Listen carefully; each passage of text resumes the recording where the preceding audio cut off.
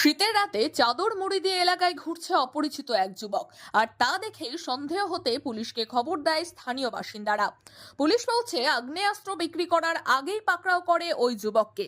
দুটি আগ্নেয়াস্ত্র, একটি কার্তুজ সহ গ্রেপ্তার হয় ওই দুষ্কৃতী।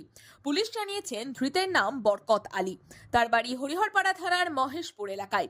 পুলিশ সূত্রে জানা গিয়েছে, খবর পেয়ে শুক্রবার রাতে মুর্শিদাবাদের হরিহরপাড়া থানার মুসুরডাঙ্গা এলাকায় হানা দিয়ে গ্রেপ্তার করা হয় বরকতকে। পুলিশ সূত্রে আরও জানা গিয়েছে, প্রায় 14 বছর আগে এই ব্যক্তি তার স্ত্রীকে খুনের অভিযোগে জেলের ঘানি টেনেছে। ধৃত ব্যক্তিকে 7 দিনের পুলিশি হেফাজতের আবেদন জানিয়ে শনিবার বহরমপুর জেলা জজ আদালতে পাঠায় পুলিশ। অন্যদিকে তদন্ত চলছে কোথা থেকে আগ্নেয়াস্ত্র নিয়ে আসা হয়েছিল, কোথায় বা বিক্রি করা হতো তা। সেই সঙ্গে এই ঘটনার সঙ্গে আর কে বা কারা জড়িত আছে সেটাও খতিয়ে দেখছে হরিহরপাড়া থানার পুলিশ।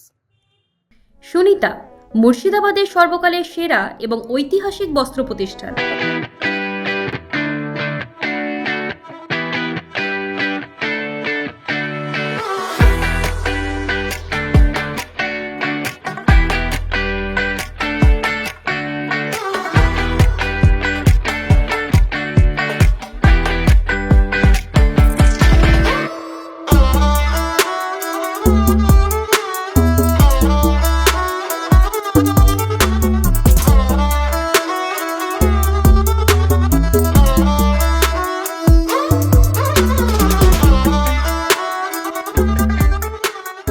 বিয়ের কেনাকাটা থেকে শীতের পোশাক, নামি ব্র্যান্ড, সেরা দাম, একটাই নাম সুনিতা।